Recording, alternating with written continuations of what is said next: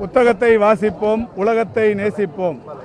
ஒரு நூலகம் உருவாகும் போது பல சிறை கதவுகள் மூடப்படுகிறது என்று தொடர்ந்து முத்தமிழறிஞர் கலைஞர்களால் சொல்லப்பட்டு வந்தது.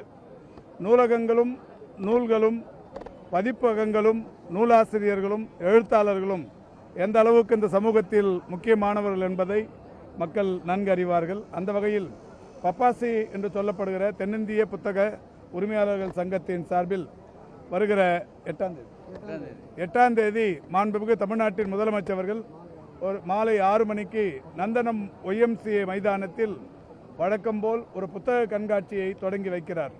அந்த புத்தக கண்காட்சியை பொறுத்தவரை இன்றைக்கு தொடர்ந்து இந்த அரசு பொறுப்பேற்றதற்கு பிறகு முத்துவேல் கருணாநிதி ஸ்டாலின் முதலமைச்சர் என்கின்ற அந்த பொறுப்புக்கு வந்ததற்கு பிறகு தொடர்ச்சியாக மாவட்டந்தோறும் புத்தக கண்காட்சிகள் நடைபெற்று கொண்டிருக்கிறது.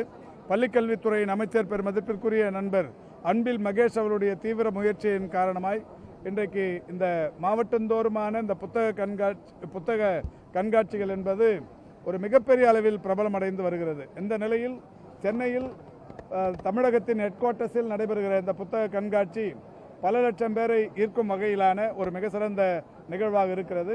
இதை மேலும் விழிப்புணர்வை ஏற்படுத்துவதற்கு இளைய சமுதாயத்தினரிடையே புத்தகங்கள் வாசிக்கும் பழக்கத்தை உருவாக்குவதற்கு அவர்களுக்கான விழிப்புணர்வை ஏற்படுத்துவதற்கு தற்பொழுது ஒரு நடையத்தான், இது மாரத்தான் இல்லை, ஒரு சின்ன மினி வாக்கத்தான் ஒன்று நானும் நம்முடைய பள்ளிக்கல்வித்துறை அமைச்சர் இனிய நண்பர் மகேஷ் அவர்களும் பெருநகர சென்னை மாநகராட்சியின் வணக்கத்திற்குரிய மேயர் அவர்களும் பப்பாசி அமைப்பின் நிர்வாகிகளும் பெருமதிப்பிற்குரிய இனிய அண்ணன் திரு நக்கீரன் கோபால் போன்றவர்களும் இந்த வாக்கத்தான் நிகழ்ச்சியில் பங்கேற்க வந்திருக்கிறோம். இல்லை, பொதுவாக ஒரு நூலகம் என்று வரும்பொழுது நூலகத்தினுடைய பொற்காலமாக நம்முடைய மாண்புமிகு தமிழ்நாட்டு முதலமைச்சருடைய இந்த ஆட்சி காலம் பார்க்கப்படுகிறது.